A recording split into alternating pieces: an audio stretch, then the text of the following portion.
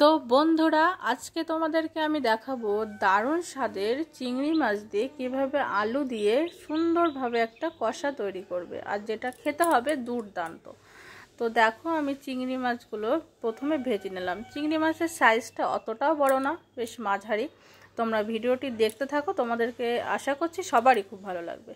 তো আমি আলুগুলো এইভাবে চৌকো করে কেটে নিয়েছি, তোমরা চাইলে অন্য রকম সাইজেও কাটতে পারো। তারপরে আমি কড়াইতে তেল দিয়ে আলুগুলো লবণ হলুদ দিয়ে ভালো করে ভেজে নিলাম।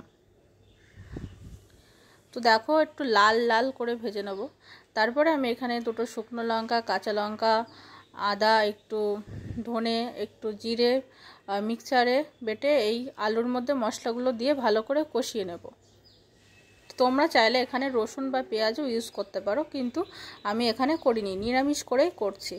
তারপরে আমি গরম জল ঢেলে এটা ঢেকে দেব, যাতে আলুগুলো ভালোভাবে সিদ্ধ হয়ে যায়।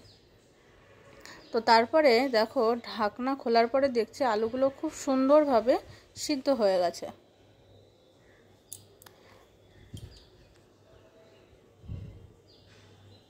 তো তারপরে আমি এখানে দিয়ে দেবো নুন, তোমাদের পরিমাণ মতো তোমরা দেবে। তারপরে দিয়ে দেবো ভেজে রাখা চিংড়ি মাছগুলো।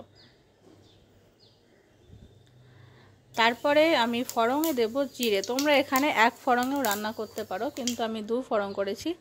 আর ফড়ং দেওয়ার পরে নামানোর আগে আমি একটু দিয়ে দেব জিরে গুঁড়ো, ভাজা জিরে গুঁড়ো, আর সাথে দিয়ে দেব, চলো সেটাও দেখাচ্ছি, আর সাথে দিয়ে দেব গরম মশলা।